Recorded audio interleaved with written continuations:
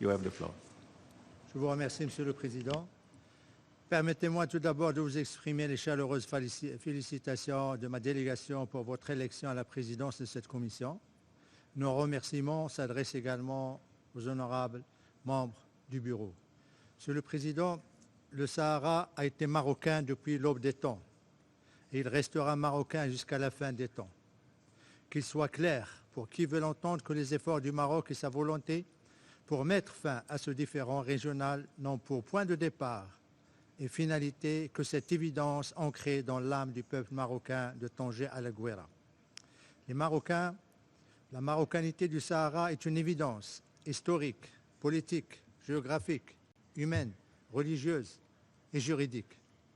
L'histoire est têtue et ne saurait nullement être remodelée au gré des interprétations fallacieuses et à géométrie variable des principes par les uns, des intérêts géopolitiques des autres et des visées hégémoniques de certains. En effet, victime d'une colonisation plurielle, aussi bien dans l'espace que dans le temps, le Royaume du Maroc, pays avec une riche histoire qui remonte à plus de 12 siècles, a dû tantôt batailler héroïquement, tantôt négocier durement pour recouvrer son intégrité territoriale. Ce processus de recouvrement, par la négociation des différentes parties du Royaume du Maroc, a été singulier dans l'histoire onusienne de la décolonisation, car il a débuté en 1955 et a duré jusqu'à la récupération du Sahara marocain en 1975. Le Royaume du Maroc célébrera ce vendredi, dans la liesse, la fierté et la conviction inébranlable dans ses droits légitimes sur ses provinces du Sud, le 45e anniversaire de la glorieuse Marche verte. Cet événement sacré qui a permis au Maroc de récupérer pacifiquement ses provinces sahariennes constitue une épopée historique gravée dans la mémoire du peuple marocain. Le Royaume du Maroc, conformément aux résolutions de l'Assemblée générale, a négocié et signé le 14 novembre 1975 avec l'Espagne l'accord de Madrid par lequel il a récupéré ses provinces sahariennes. Cet accord a été déposé le 18 novembre 1975 auprès du secrétaire général de l'ONU et entériné par l'Assemblée générale dans sa résolution 3458-B du 10 décembre 1975. N'en déplaise à certains, le différend régional sur le Sahara marocain est une question d'intégrité territoriale du Royaume du Maroc et nullement de décolonisation. Aussi, à travers l'accord de Madrid, le Royaume a-t-il définitivement mis fin à la colonisation de son Sahara et scellé irrévocablement son retour à la mère patrie dans le plein respect de la Charte des Nations Unies et de la légalité internationale. Monsieur le Président, cette commission a raisonné tout au long de ce mois d'octobre des déclarations des États membres des 5 régions du monde soutenant le processus politique onusien visant à parvenir à une solution politique réaliste, pragmatique, durable et de compromis aux différends régionaux sur le Sahara marocain. Ces délégations ont exprimé leur conviction dans la souveraineté du Maroc sur ses provinces du Sud et appuyé fermement l'initiative d'autonomie présentée par le Maroc, dont le sérieux et la crédibilité ont été consacrés par la communauté internationale et demeurent la seule et unique solution à ce différend. Le Royaume du Maroc réitère ici son ferme attachement au processus politique mené sous l'égide exclusive de l'Organisation des Nations Unies conformément aux résolutions adoptées par le Conseil de sécurité depuis 2007. Ces 17 résolutions, y compris la dernière, la 2548, adoptée le 30 octobre 2020, ont toutes établi la base de la solution politique aux différends régionaux sur le Sahara marocain, unanimement consacrée et endossée par le Conseil de sécurité et la communauté internationale, à savoir 1. La solution ne peut être que politique, réaliste, pragmatique, durable et de compromis. 2. La prééminence de l'initiative d'autonomie comme solution sérieuse et crédible à ce différend régional. Cette initiative est conforme au droit international, tient pleinement compte des spécificités de la région du Sahara marocain et octroie aux populations de cette région de très larges prérogatives dans tous les domaines. 3. L'exigence de la participation de toutes les parties prenantes au processus politique onusien jusqu'à son aboutissement. 4. Le processus des tables rondes avec ses 4 participants, le Maroc, l'Algérie, la Mauritanie et le Polisario, est l'unique cadre pour parvenir à une solution politique réaliste, pragmatique, durable et de compromis. Le processus politique a connu un élan qualitatif et un momentum positif suite à la tenue de 2 tables rondes à Genève les 4 et 5 décembre 2018 et 21-22 mars 2019 sous la facilitation de l'ancien envoyé personnel, le président Horst Köhler. Ces tables rondes ont été empreintes de respect mutuel et connues des discussions de fond. Les 4 participants se sont mis d'accord pour réunir dans le cadre d'une 3e table ronde dans le même format et selon les mêmes modalités de celle de Genève. À cet effet, le prochain envoyé personnel devra reprendre là où son prédécesseur s'est arrêté. Monsieur le Président, nous avons également entendu, durant le débat de la Commission, quelques très rares pays se référer encore au référendum. Assez nostalgique de l'ère de la guerre froide, qui rame à contre-courant des décisions de la communauté internationale, je voudrais leur rappeler que le référendum n'est nullement un principe du droit international. Bien plus, la Charte des Nations Unies, ni la Charte des Nations Unies, ni la 1514, rassassée par ces mêmes délégations, ni la 1541, ni la 26-25 n'y ont fait la moindre référence. En outre, s'agissant tout particulièrement de la question du Sahara marocain, il convient de souligner que l'instrument du référendum est bien mort et enterré depuis plus de 2 décennies. On ne peut nullement ressusciter les morts. Ce n'est pas uniquement la position du Maroc, mais c'est celle du secrétaire général des Nations Unies, du Conseil de sécurité et de l'ensemble de la communauté internationale. En effet, primo, le secrétaire général de l'ONU a conclu à l'inapplicabilité du plan de règlement et donc du référendum dès l'année 2000 dans son rapport 2131 para 32 dans lequel il a déclaré, je cite, « En dépit des efforts considérables qu'il a déployés sous l'autorité de plusieurs représentants spéciaux successifs, il n'a pas été possible pendant toute cette période, près de 9 ans, d'appliquer dans son intégralité quelques dispositions principales du plan de règlement, que ce soit à l'exception de la surveillance du cessez-le-feu. » Fin de citation.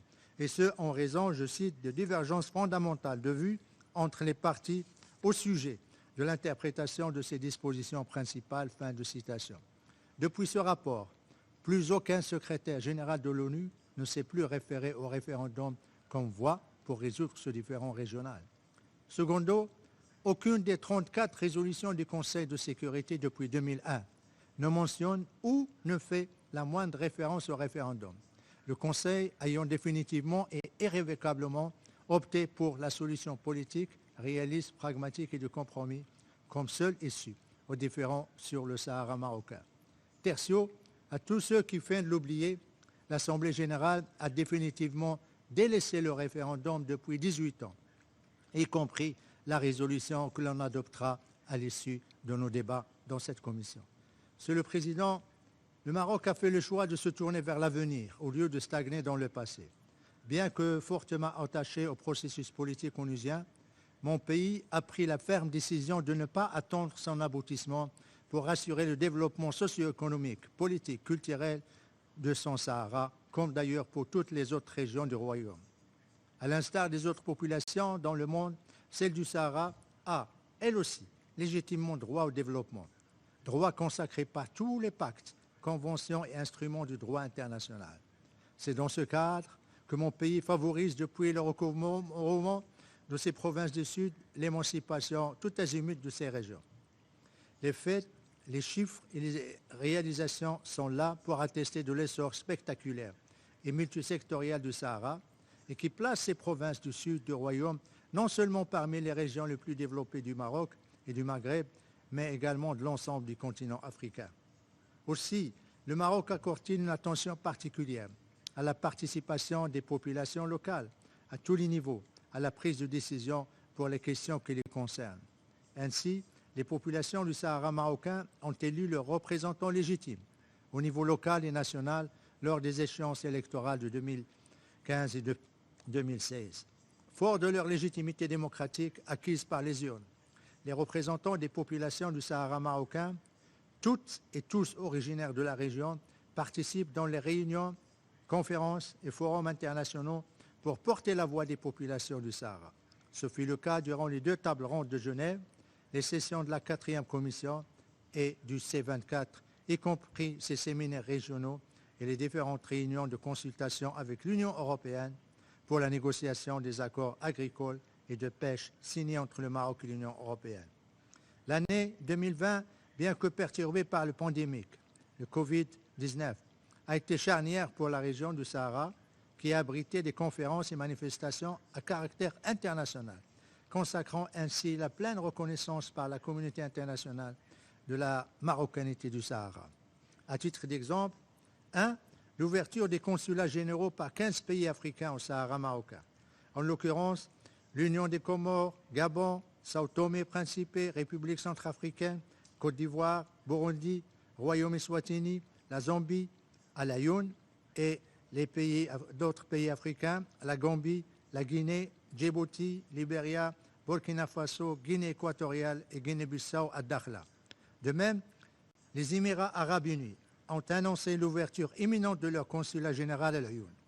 D'autres pays de différentes régions du monde ouvriront prochainement leur représentation consulaire dans les provinces du Sud, ce qui permettra de renforcer davantage les relations économiques, commerciales et humaines du Maroc avec l'ensemble de l'Afrique, le monde arabe et la communauté internationale en général. 2. La tenue à l'Ayoun en février 2020 du 3e Forum Maroc-État insulaire du Pacifique, qui a renforcé les liens de partenariat et d'amitié que le Maroc entreprend avec ces pays, dans le cadre d'une coopération sud-sud agissante et mutuellement bénéfique. Dans la déclaration de l'Ayoun adoptée lors de ce forum, les participants ont affirmé solennellement que la région du Sahara fait partie intégrante du territoire marocain et considérait que l'initiative marocaine d'autonomie est la seule et unique solution aux différends régionaux sur le Sahara marocain. 3.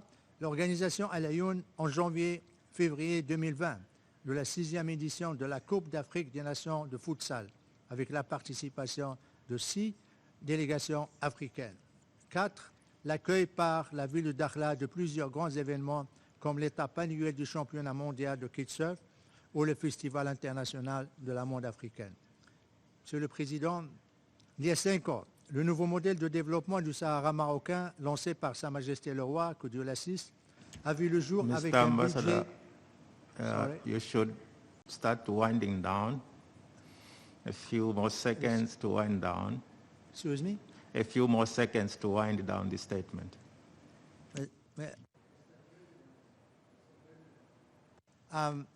Je suis en train de discuter d'une question que plusieurs délégations ont abordée durant 1 mois. Et le Maroc n'a pas usé de son droit de réponse. Et c'est pour cela que le Maroc demande à ce qu'il termine son intervention. Si nous avions utilisé notre droit de réponse, nous aurions pris plus de temps, mais nous avons privilégié de nous limiter à une seule déclaration où, de toutes les façons, nous n'attaquons personne, ne répondons à personne, mais nous informons la Commission.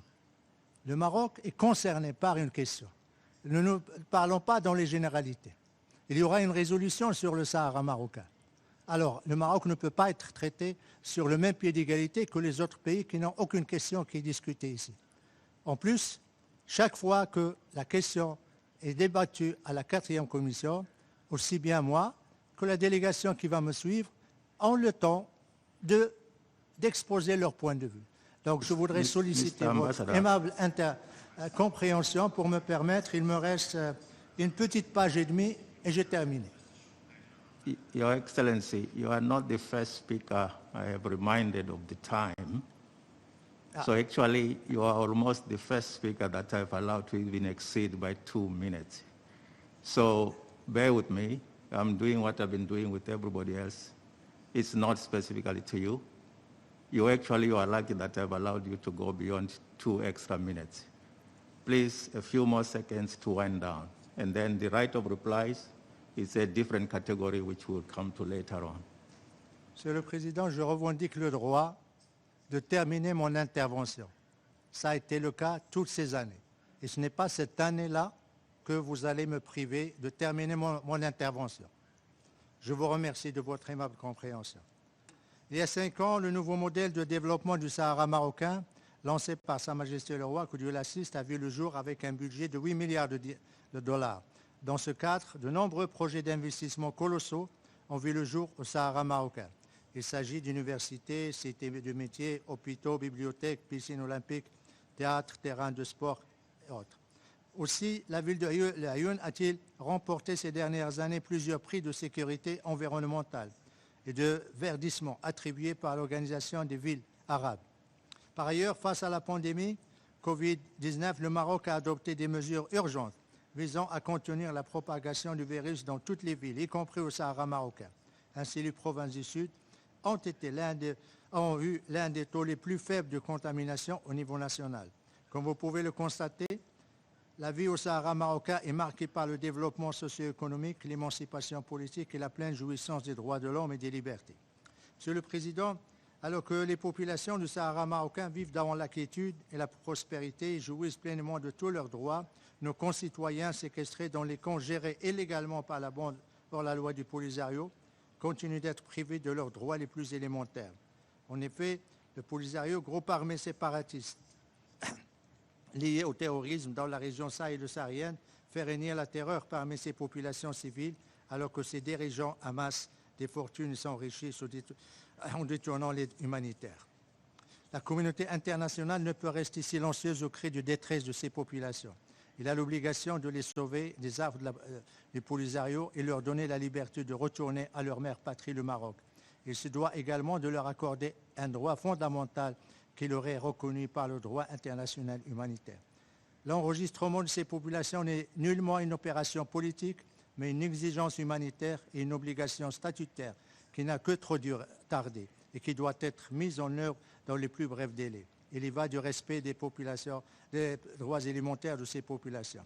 Enfin, je voudrais réitérer l'attachement du Maroc. Mr. Ambassador, can you conclude the statement? I'm finishing. Don't worry.